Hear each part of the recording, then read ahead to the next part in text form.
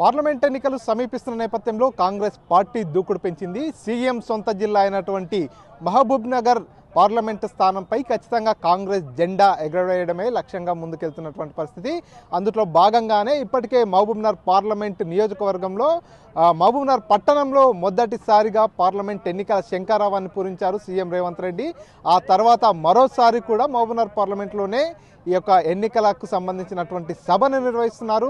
నారాయణపేట పట్టణంలో జన జాతర పేరిట భారీ బహిరంగ సభను నిర్వహిస్తున్నటువంటి పరిస్థితి. ఈరోజు సాయంత్రం 5 గంటల ప్రాంతంలో ఈ సభ ప్రారంభం కానుంది. 5 గంటల ప్రాంతంలో ముఖ్యమంత్రి రేవంత్ రెడ్డి సభలో పాల్గొనబోతున్నారు. ప్రస్తుతం మనం నారాయణపేట పట్టణంలో జన జాతర సభ ఏదైతే ఉందో ఆ సభ ప్రాంగణం వద్ద ఉన్నాం. పూర్తిగా ఇక్కడ ఏర్పాట్లన్నీ కూడా పూర్తయిపోయినటువంటి పరిస్థితి. సభకు ఎవరైతే జనాలు వస్తారో వారందరికీ సంబంధించి కూడా పూర్తి ఏర్పాట్లు చేశారు. నారాయణపేట పట్టణంలోని బస్ స్టాండ్ పక్కన ఉన్నటువంటి గ్రౌండ్ ఏదైతే ఉంది ఈ గ్రౌండ్లోనే ఈ సభకు సంబంధించి ఏర్పాట్లన్నీ కూడా పూర్తయిపోయినటువంటి పరిస్థితి. దాదాపుగా సాయంత్రం 4 గంటల ప్రాంతంలో ఈ సభ ప్రారంభమవుతుంది. ముఖ్యమంత్రి రేవంత్ రెడ్డి హైదరాబాద్ నుంచి హెలికాప్టర్ ద్వారా ఇక్కడికి రానున్నారు. ఇక్కడికి వచ్చిన తర్వాత ఇక్కడ ఏదైతే నారాయణపేట పట్టణంలో ఏర్పాటు చేసినటువంటి సభలో పాల్గొనేటటువంటి కాంగ్రెస్ కార్యకర్తలు కావచ్చు, ముఖ్యమంత్రి రేవంత్ రెడ్డి అభిమానులు కావచ్చు, వారందరిని ఉద్దేశించి ముఖ్యమంత్రి రేవంత్ రెడ్డి ప్రసంగించనున్నారు. పార్లమెంట్ ఎన్నికల్లో గెలిపే లక్ష్యంగా ముందుకెళ్తున్న నేపథ్యంలో ఇప్పటికే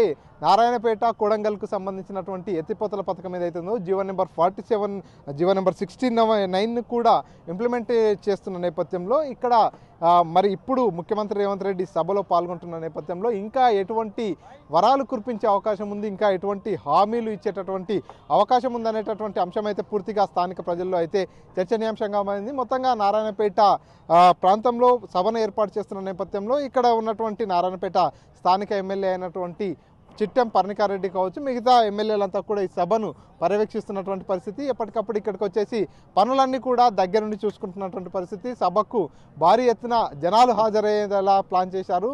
మొత్తం మనం క్లియర్గా విజువల్స్లో కూడా చూస్తున్నాం. స్టేజ్ కూడా పూర్తిగా సెట్ అయిపోయినటువంటి పరిస్థితి. స్టేజ్ వెనకాల ఎల్ఈడి స్క్రీన్లు కావచ్చు, అదేవిధంగా లైట్స్ కావచ్చు, అన్ని రకాల ఏర్పాట్లు చేశారు. సభకు పెద్ద ఎత్తున కాంగ్రెస్ శ్రేణులు తరలి వచ్చేలా ప్లాన్ చేస్తున్నటువంటి పరిస్థితి.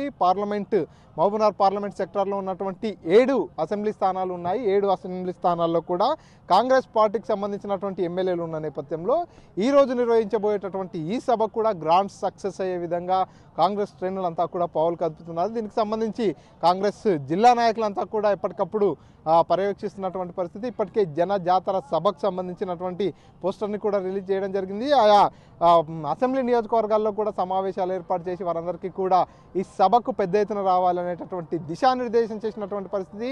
ముఖ్యమంత్రి రేవంత్ రెడ్డి మహబూబ్నగర్ పార్లమెంట్ స్థానంపై స్పెషల్ ఫోకస్ పెట్టాడనే చెప్పవచ్చు. అందులో భాగంగానే మొదటిసారి ఎన్నికల శంఖారావం కూడా మహబూబ్నగర్ పార్లమెంట్లోనే పూరించినటువంటి పరిస్థితి. ఆ తర్వాత రీసెంట్గా చూసుకున్నట్టయితే కొడంగల్ నియోజకవర్గంలో కూడా దాదాపు 7 గంటల పాటు సమయాన్ని వెచ్చించి కొడంగల్ నియోజకవర్గంలో ఉన్నటువంటి 8 మండలాలకు సంబంధించినటువంటి బూత్ స్థాయి కార్యకర్తలందరితో కూడా నేరుగా మాట్లాడినటువంటి పరిస్థితి. మళ్ళీ ఇప్పుడు చూసుకున్నట్టయితే ఈరోజు బహిరంగ సభను ఏర్పాటు చేశారు. ఈ సభలో కూడా రేవంత్ రెడ్డి పాల్గొంటున్నటువంటి పరిస్థితి. మొత్తంగా సీఎం సొంత జిల్లా కొడంగల్ నియోజకవర్గంలో ప్రాతినిధ్యం వహిస్తున్నటువంటి సీఎం నియోజకవర్గం ఉన్నటువంటి జిల్లా కావడంతో ప్రత్యేక దృష్టి పెట్టారు. ఇక్కడ కాంగ్రెస్ పార్టీకి బలమైనటువంటి పోటీ ఇస్తుంది బీజేపీ పార్టీ కూడా.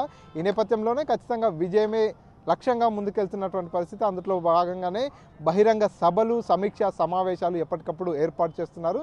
ఈ సభలో చూసుకున్నట్టయితే రాష్ట్ర ముఖ్యమంత్రి రేవంత్ రెడ్డితో పాటు మంత్రులు కూడా పాల్గొనేటటువంటి అవకాశం ఉంది. ఈ ప్రాంతంపై పూర్తిగా కొంత వెనకబాటుకు గురైనటువంటి ప్రాంతం నారాయణపేట కాబట్టి ఈ ప్రాంతాన్ని అభివృద్ధి చేసేందుకే గతంలో ముఖ్యమంత్రి రేవంత్ రెడ్డి ముఖ్యమంత్రిగా పదవి చేపట్టిన తర్వాత జీవో నెంబర్ 69 ఇంప్లిమెంటేషన్ చేశారు. దీని ద్వారా కొడంగల్, నారాయణపేట 2 ప్రాంతాలకు కూడా సాగునీరు అందేటటువంటి పథకం ఎప్పటి నుంచో పెండింగ్లో ఉంది. ప్రాంత వాసులంతా కూడా ఎన్నో ఆశలు పెట్టుకున్నటువంటి ఆ పథకానికి కూడా ఇంప్లిమెంటేషన్ చేసినటువంటి పరిస్థితి. ఈ నేపథ్యంలో నారాయణపేట గడ్డ నుంచి మరోసారి ముఖ్యమంత్రి రేవంత్ రెడ్డి ప్రసంగిస్తున్న నేపథ్యంలో ఈ ప్రాంతానికి ఇంకేమైనా హామీలు ఇస్తారా, ఇంకేమైనా వరాల జల్లులు కురిపిస్తారా అనేటటువంటి అంశంపై అయితే పూర్తిగా ఆసక్తి నెలకొన్నటువంటి పరిస్థితి. ఇది ఇక్కడ తాజా పరిస్థితి. కెమెరా పర్సన్ నర్సింగ్ రెడ్డితో మణికంఠ, RTV, నారాయణపేట నుంచి. మరిన్ని వీడియోస్ కోసం ఛానల్ ని సబ్స్క్రైబ్ చేయండి. లేటెస్ట్ అప్డేట్స్ కోసం వాట్సాప్ ఛానల్ ని ఫాలో చేయండి. అండ్ లింక్ డిస్క్రిప్షన్ లో ఉంది.